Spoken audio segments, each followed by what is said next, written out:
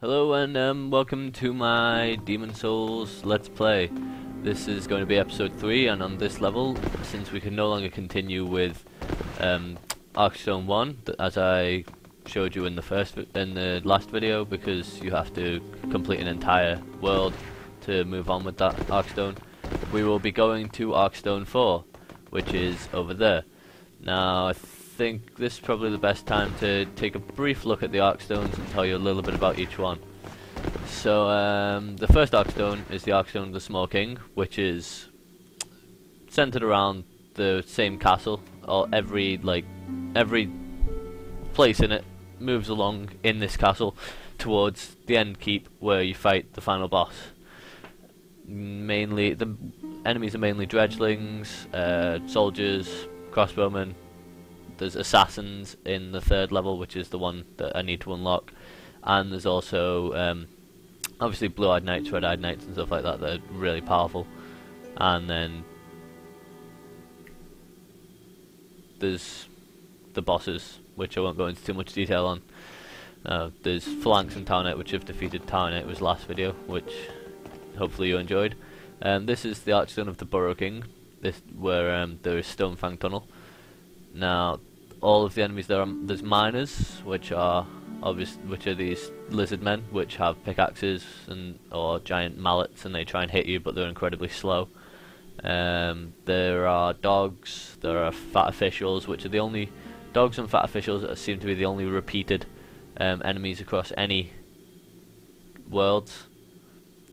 Where fat officials are the kind of guy you saw on the when I was facing the Town Knight, that one guy with the big axe and the top hat that was standing behind him going, "Oh, that's a fat official," and they're kind of annoying. They throw flames at you and stuff. So they're the main enemies in that one. I'm not sure there's too much. Oh, there's also bear bugs, which are like these stone bugs filled with lava, and the small ones are okay, but the larger ones explode when you kill them, and they explode quite heavily and do a lot of damage. There's also these worm things which pop up through the ground and are quite heavily armoured, so you've got to hit them in the mouth and they spew lava at you. So I'm just going to call them lava worms, because I'm not sure exactly what the technical name is for them. Right, on to the third Archstone. The third Archstone is the Tower of Latria, or the Archstone of the Tower Queen, which is essentially set in a huge city, which I'm not sure exactly how to describe it. It's all towers and spires, and the first part of the level is a prison, and the enemies there are mind flayers, which are these things with octopus faces that like cast loads of spells and stun you and stuff. There's also lots of these things called face bugs, which crawl along the ground, and they shoot, they attack, they bite you and stuff, and spit stuff at you. And if you get too close to one, you don't attack it, it spits this acid on you, which will destroy all of your weaponry and armor. So they degrade and they become, well, your weapons will start hitting a lot less. Your armor will protect you nowhere near as much, and you'll have to pay to get it repaired when you come out. And there's also prisoners and stuff, which are very weak and don't do much attack to you, but a couple of them do have poison daggers, so you gotta watch out for those guys. Now that should be the fourth Archstone that's been destroyed. That's the Land of the Giants, which was destroyed to stop the spread of the demons. Obviously it didn't work. The proper fourth Archstone is the Archstone of the Shadow Men, I believe, yes, which leads us to, that's the world I'm going to be going to, which is mainly inhabited by skeletons and Grim Reapers,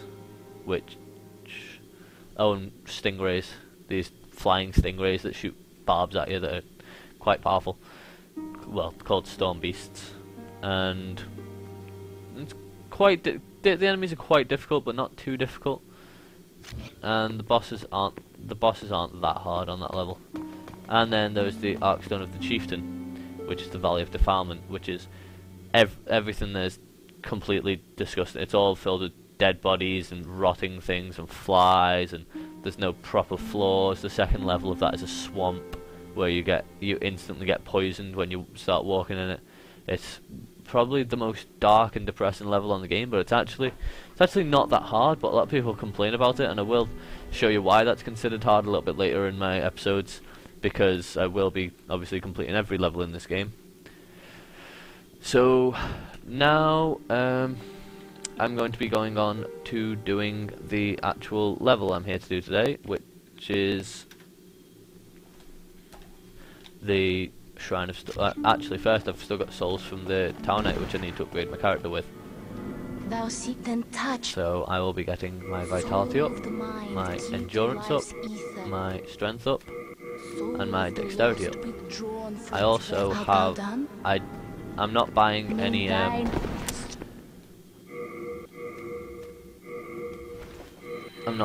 spells or prayers on this playthrough because I'm trying to complete it without using any, which is incredibly hard. But well, the only spell you can get with the Iron Demon Soul from the Tower Knight is a protect spell, so you can't get any weapons from it, so I will be consuming that and using it to buy an upgrade. Thou seek then. I can afford 2 more, possibly. I'll get 1 more dexterity up and 1 more vitality up. There we go. Art thou done?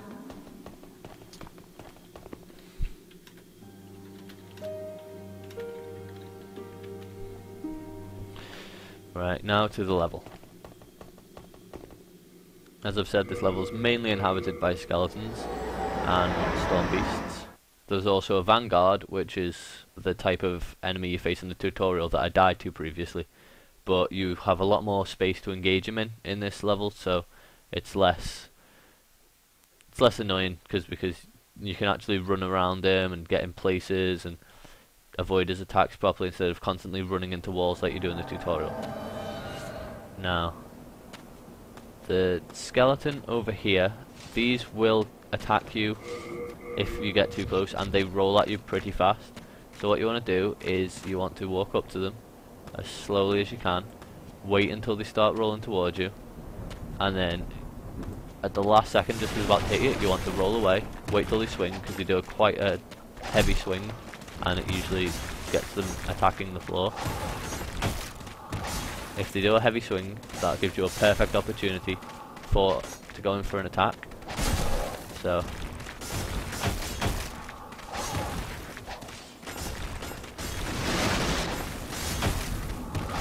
you just basically got to keep rolling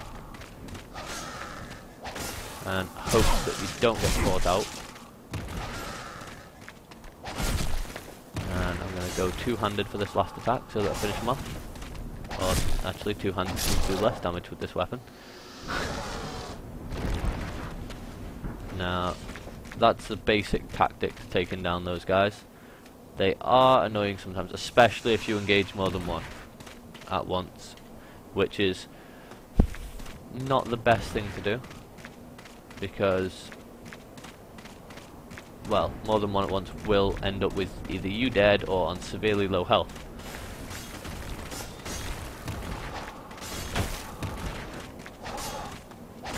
And usually, if you have enough stamina, you can go for a heavy attack and then a light attack afterwards, so that you can do a little bit more damage, get them down a bit quicker.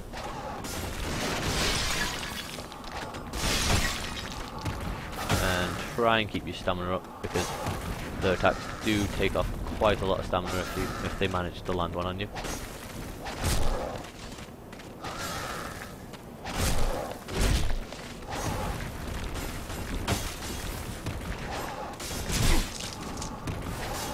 There we go, another one down. Let's carry on with this level. Let's read this message. What does it say? Did you think there'd be a hint? Oh, clever.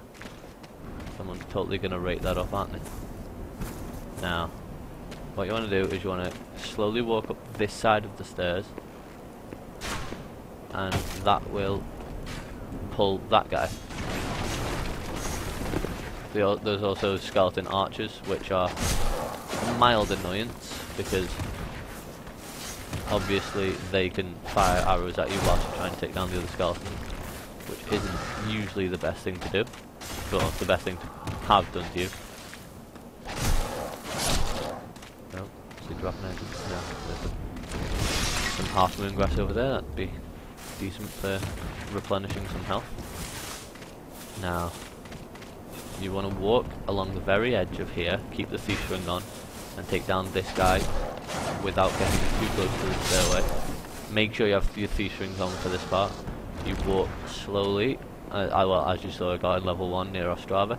Walk slowly up the right hand side of the stairs and wait until that guy comes for you. If you engage both of these at once, try and get away from them. They will cause serious damage if you end up with both of them on you.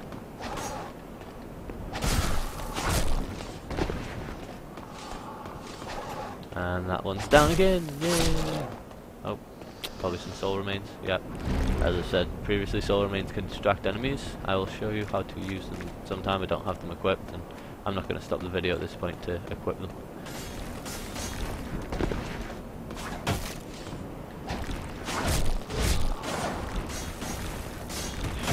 There are a couple of places here you can roll off the edge, so be careful with your rolling.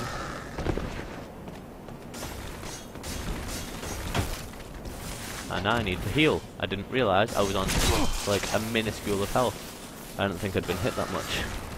But obviously it's good to keep an eye on your health sometimes, because it can go low without you really noticing. And you don't want to get caught out and end up dead.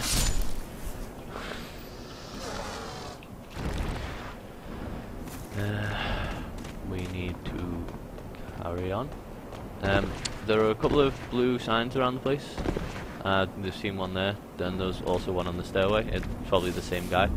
But basically, that's how you summon someone to your world in multiplayer. You walk over to one of those signs, and you summon the person who has placed the sign to your world, and then they can help you. Which is, I reckon it's quite a good online system, though.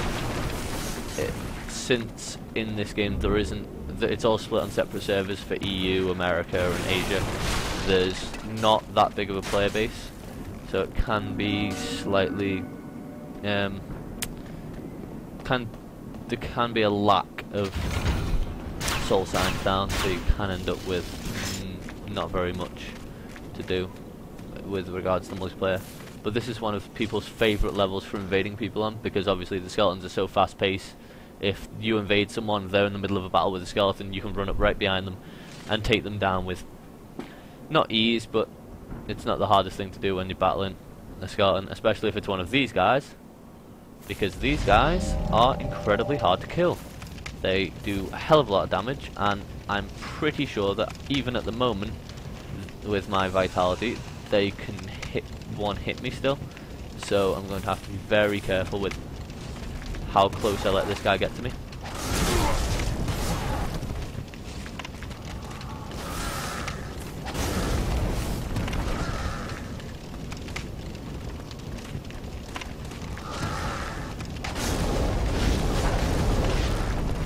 They also have quite, well, they don't have that much health, but they can take a hell of a lot of damage compared to the normal skeleton. They must have a damage reduction of about a half, or some very heavily armoured bones.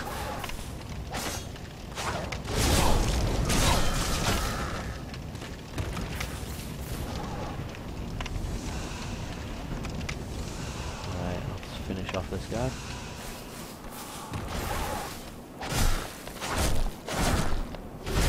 Yes! 7 down. What's he got there? He's got some soul remains for me. Nice.